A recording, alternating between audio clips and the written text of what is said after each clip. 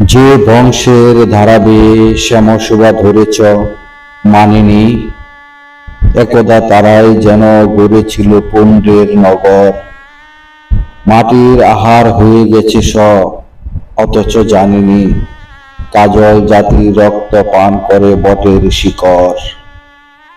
আমারও নিবাস যেন লোহিতা মৃত্তিকার দেশে, পূর্বপুরুষেরা ছিল পাট্টিকেরা পুরীর গৌরব।